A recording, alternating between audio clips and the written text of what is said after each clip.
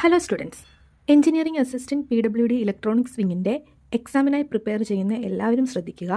വരുന്ന December 10-നാണ് exam. ഇന്നു മുതൽ 50 ദിവസമാണ് നമുക്ക് ഈ എക്സാമിന് വേണ്ടിയുള്ളത്. ഈ 50 ദിവസം കൊണ്ട് എങ്ങനെ നമ്മുടെ എക്സാമിനെ ക്രാക്ക് ചെയ്യാം എന്നുള്ളതാണ് ഈ വീഡിയോയിൽ നമ്മൾ ഡിസ്കസ് ചെയ്യുന്നത്. നമുക്ക് വീഡിയോയിലേക്ക് കിടക്കാം. 50 days study plan for engineering assistant electronics exam. Exam date വരുന്നത് മറക്കരുത്, ഡിസംബർ 10, 2025-നാണ്. നമ്മൾക്ക് 50 ഡേയ്സാണ് ഇന്ന് മുതൽ ഉള്ളത്. നമ്മൾ ഡെയിലി ഒരു 7 അവർ ആവറേജ് സ്റ്റഡി ടൈം എടുക്കുകയാണെന്നുണ്ടെങ്കിൽ ഈ കംപ്ലീറ്റ് ഡീറ്റെയിൽഡ് ടോപ്പിക്കും നമുക്ക് എങ്ങനെ കവർ ചെയ്യാം എന്നുള്ളതാണ് നമ്മൾ ഈ വീഡിയോയിൽ പറയുന്നത്. എഞ്ചിനീയറിംഗ് അസിസ്റ്റൻറ്റ് എക്സാമിൻ്റെ ഡീറ്റെയിൽഡ് സിലബസ് ഡിസ്കഷൻ നമ്മൾ കഴിഞ്ഞ വീഡിയോയിൽ ഉൾപ്പെടുത്തിയിട്ടുണ്ട്. ആ വീഡിയോ കാണാത്തവർ തീർച്ചയായും ഡീറ്റെയിൽഡ് സിലബസ് നോക്കിയതിന് ശേഷം വേണം സ്റ്റഡി പ്ലാൻ നോക്കാൻ. അതിൻ്റെ ലിങ്ക് ഞാൻ ഡിസ്ക്രിപ്ഷനിൽ കൊടുത്തിട്ടുണ്ട്. നമ്മൾക്കറിയാം, സിലബസിൽ നമ്മൾ കണ്ടു 4 മെയിൻ പാർട്ടായിട്ടാണ് നമുക്ക് ഇതിൽ സിലബസ് വന്നിരിക്കുന്നത്. ഇതിൽ ഓരോ പാർട്ടിനും 25 മാർക്ക് വീതമാണ് വെയിറ്റേജ് വന്നിരിക്കുന്നത്. അതുകൊണ്ട് തന്നെ 4 പാർട്ട് നമുക്ക് ഈക്വൽ ഇമ്പോർട്ടൻസിൽ തന്നെ പഠിക്കേണ്ടതുണ്ട്. നോക്കാം. മേജർ 4 ടോപ്പിക് എന്ന് പറയുന്നത്, ഒന്ന് electronic communication, next satellite communication, then mobile communication and electronic device and circuits. ഇതിൽ ഓരോന്നിൽ നിന്നും നമുക്ക് 25 മാർക്ക് ക്വസ്റ്റ്യൻസ് ആണ് എക്സ്പെക്റ്റ് ചെയ്യുന്നത്. ഇതിൻ്റെ ഡീറ്റെയിൽഡ് ആയിട്ടുള്ള സ്റ്റഡി ടിപ്സാണ് നമ്മൾ പറയുന്നത്. ഈ വീഡിയോയിലൂടെ നമുക്ക് ഈ ഓരോ ടോപ്പിക്കിനും വേണ്ട ഡെഡിക്കേറ്റഡ് ടൈം, അതിൻ്റെ സ്റ്റഡി ടൈമും റിവിഷനും പ്രാക്ടീസ് ചെയ്യാനുള്ളതും ഫൈനലി ഫുൾ ലെങ്തിലുള്ള മോക്ക് ടെസ്റ്റുകൾക്കുള്ള ടൈമും എല്ലാം നമ്മൾ ഉൾപ്പെടുത്തിയിട്ടുണ്ട്.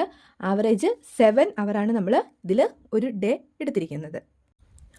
ഇന്നു മുതൽ വരുന്ന ഡിസംബർ 9 വരെയുള്ള പീരീഡിനെ നമുക്ക് 5 ആയിട്ട് ക്ലാസിഫൈ ചെയ്യുകയാണെന്നുണ്ടെങ്കിൽ ഇതിൽ ഡേ 1 to 15 ഇലക്ട്രോണിക് കമ്മ്യൂണിക്കേഷൻ എന്നുള്ള ടോപ്പിക്കിൽ നിന്നുള്ള പോർഷൻസ് ആണ് നമ്മൾ നോക്കേണ്ടത്.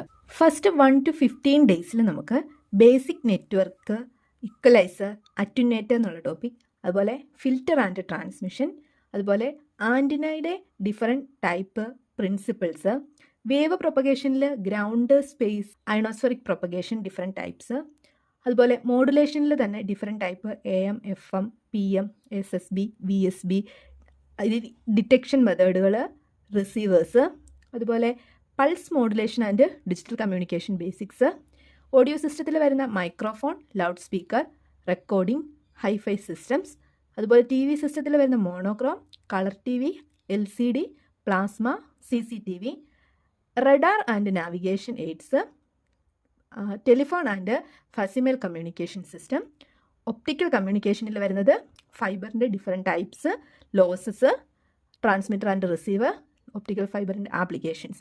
ഇത്രയും പോർഷൻ നമുക്ക് ഫസ്റ്റ് 1 to 15 ഡേയ്സിൽ കവർ ചെയ്യണം. സെക്കൻഡ് പോർഷനായിട്ട് നമുക്ക് 16 to 25 ഡേയ്സിൽ സാറ്റലൈറ്റ് കമ്മ്യൂണിക്കേഷൻ എന്നുള്ള ടോപ്പിക്ക് കംപ്ലീറ്റ് ആയിട്ട് കവർ ചെയ്യാൻ പറ്റും.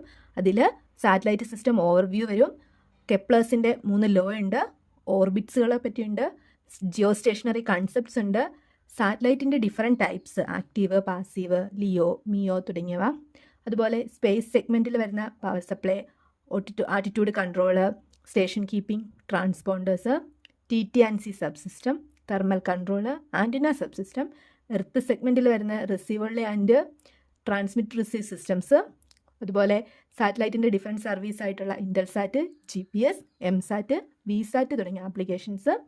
അതുപോലെ തന്നെ അതിനൊപ്പം ഇതിൻ്റെ പ്രോബ്ലംസ് പ്രാക്ടീസ് ചെയ്യുക, ഷോർട്ട് നോട്ട്സും പ്രിപ്പയർ ചെയ്യുക.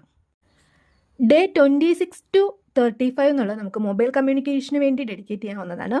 അതിൽ സെല്ലുലാർ സിസ്റ്റം എവല്യൂഷൻ, അതിൻ്റെ കൺസെപ്റ്റ്, ഫ്രീക്വൻസി റീയൂസ്, ഇൻ്റർഫറൻസ് എന്നുള്ള ടോപ്പിക്ക്, അതുപോലെ ഇതിന് coverage improvement, cell splitting, sectoring, hand off roaming തുടങ്ങിയവ, ഡിഫറെൻറ്റ് മൾട്ടിപ്പിൾ ആക്സസ് ടെക്നിക്സ് ആയിട്ടുള്ള TDMA, FDMA, CDMA, അതുപോലെ തന്നെ ഏറ്റവും ഇമ്പോർട്ടൻ്റ് ആണ് GSM ആർക്കിടെക്ചർ, അതിൻ്റെ കമ്പോണൻസ്, ഓപ്പറേഷൻ ആൻഡ് സർവീസസ്, അതുപോലെ തന്നെ അനലോഗ് ആൻഡ് ഡിജിറ്റൽ സെല്ലുലാർ സിസ്റ്റത്തിൻ്റെ കമ്പാരിസൺ ഉണ്ട്.